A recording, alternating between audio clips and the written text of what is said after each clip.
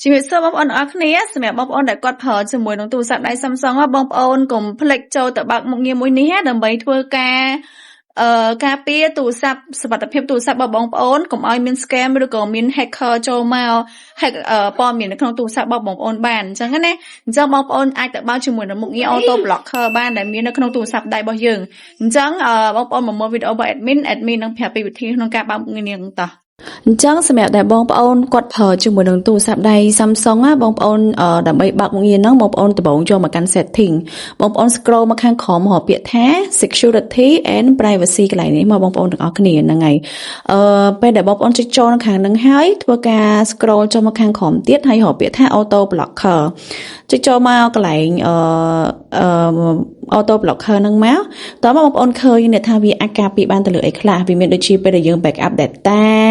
ពេលដែលយើងដោត USB សារអីអញ្ចឹងដែល USB នោះមានប្រភពច្បាស់លាស់អីអញ្ចឹងណាឬក៏មានជារូបឬក៏ message app អីណាឬ software update អីដែលវាអត់ official ដល់អីចឹងគឺវាជួយការពារកុំឲ្យឆ្លងមេរោគតាមហ្នឹងហើយបងប្អូនធ្វើការចុចបើកអាកន្លែងauto blocker ហ្នឹងមកអញ្ចឹងតែប៉ុណ្្នឹងហើយបងប្អូនទាំងអស់គ្នាចុចបើកតែប៉ុណ្្នឹងឯងអស់ហើយបងប្អូនកុំភ្លេចបើកអរគុណបាយបាយ